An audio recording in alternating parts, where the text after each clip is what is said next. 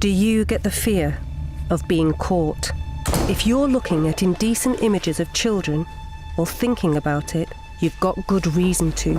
Hey, cup of tea? What are you looking at?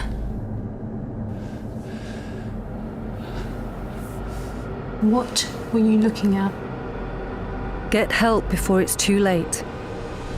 For anonymous support and self-help, call or search Stop It Now.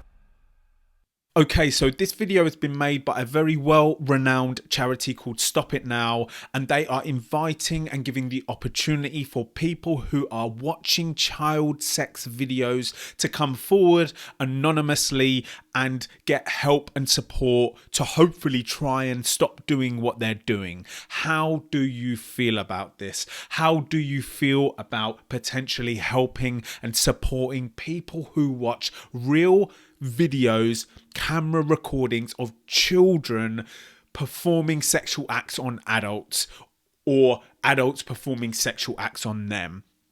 How do you feel about that? I'm interested to know. It's very difficult for us to get our head around, right? Because we hate these people. We want to punish these people for doing these things and being like they are and watching this content. So to think about actually helping them or supporting them kind of feels there's a conflict in our head when it comes to that concept. And the more I think about it, the more I can't help but think actually to support them in some way, to try to get them to resist this temptation, carrying out, satisfying this desire, whatever it is we're going to call it, is going to be useful. Because when I think about it, to villainize them and really push them into a corner and turn the light out on them and hope that because we're so angry with them and we hate them and we villainize them that they're going to wake up one morning and think, you know what, I'm not going to do that anymore.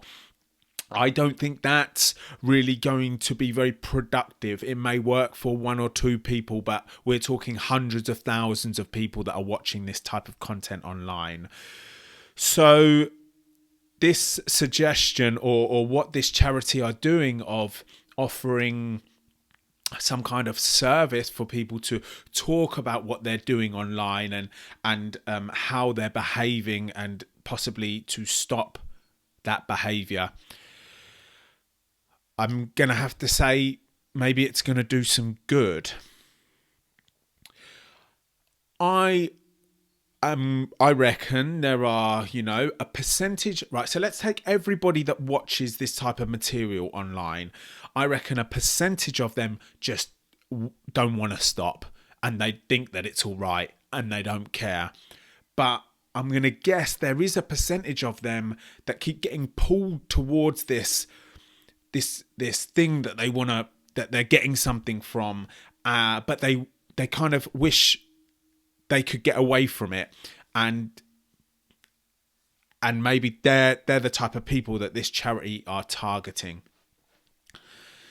At the end of that video, you'll see there that they've offered that you can call anonymously. Now, this seems to be a bit of a grey area here because it's actually illegal to view videos of children having sex online. It's so crazy, isn't it? When you actually say it like that, it's like, what world are we living in? So it's actually an offence to view this material online. So how they're managing this, I don't know, because if somebody calls them and says they're regularly watching or they're watching this material content, these videos online, surely they would need to report them to the police. I don't know how that works. It would be very interesting to find out. Possibly, possibly I will contact them and actually find out, and then I can follow up this video with the findings if they'll talk to me. So let's talk a little bit about the video. It's really well put together, right? It's really professionally shot.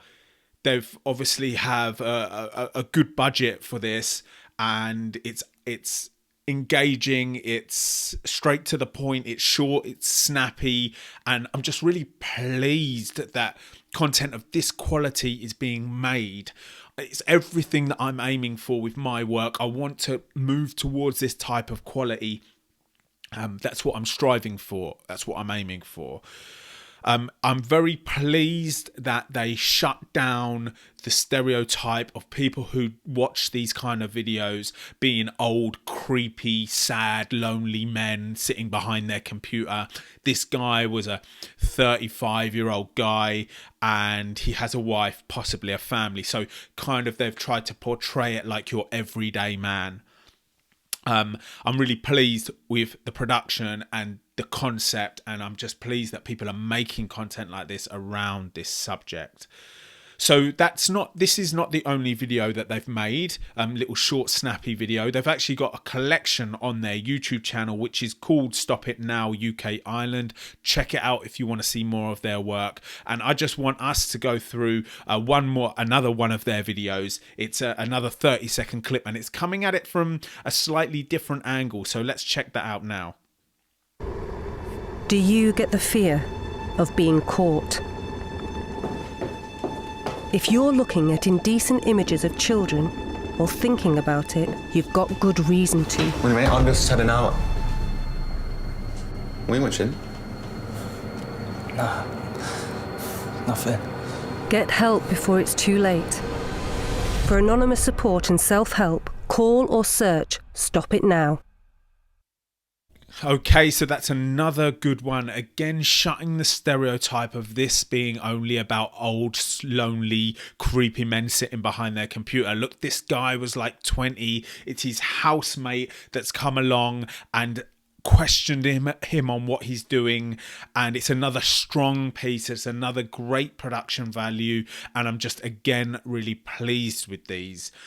This online situation where there is so much child abuse material online is just such a crazy thing when we think about it. How is this being allowed to happen? Why is this not being clamped down on?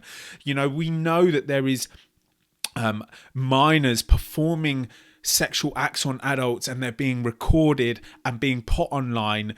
You could, if you wanted to, find them on the web.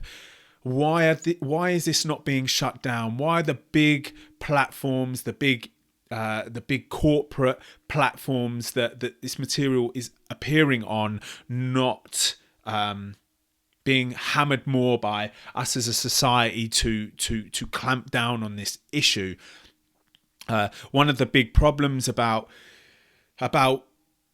this is, we don't even know really what's going on the dark web. We do know that the dark web exists. We do know that it's very successful in people engaging in online activity, and we can only think about how this business, this industry is thriving online.